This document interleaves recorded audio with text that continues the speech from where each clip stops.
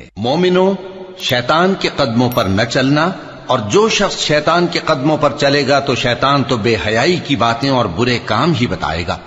اور اگر تم پر اللہ کا فضل اور اس کی مہربانی نہ ہوتی تو ایک شخص بھی تم میں پاک نہ ہو سکتا، مگر اللہ جس کو چاہتا ہے پاک کر دیتا ہے، اور اللہ سننے والا ہے، جاننے والا ہے۔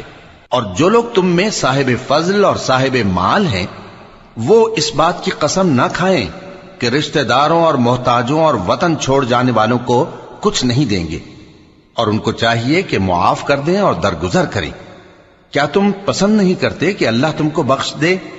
اور اللہ تو بخشنے والا ہے، مہربان ہے۔ جو لوگ پرہیزگار اور برے کاموں سے بے خبر اور ایماندار عورتوں پر بدکاری کی تہمت لگاتے ہیں ان پر دنیا اور آخرت دونوں میں لعنت ہے، اور ان کو سخت عذاب ہوگا، یعنی قیامت کے روز جس دن ان کی زبانیں اور ہاتھ اور پاؤں سب ان کے کاموں کی گواہی دیں گے۔ اس دن اللہ ان کو ان کے اعمال کا پورا پورا اور ٹھیک ٹھیک بدلہ دے گا، اور ان کو معلوم ہو جائے گا کہ اللہ برحق اور حق کو ظاہر کرنے والا ہے۔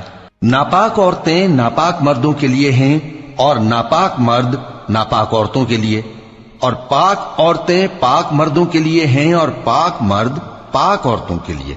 یہ پاک لوگ ان جھوٹوں کی باتوں سے بری ہیں، اور ان کے لیے بخشش اور نیک روزی ہے۔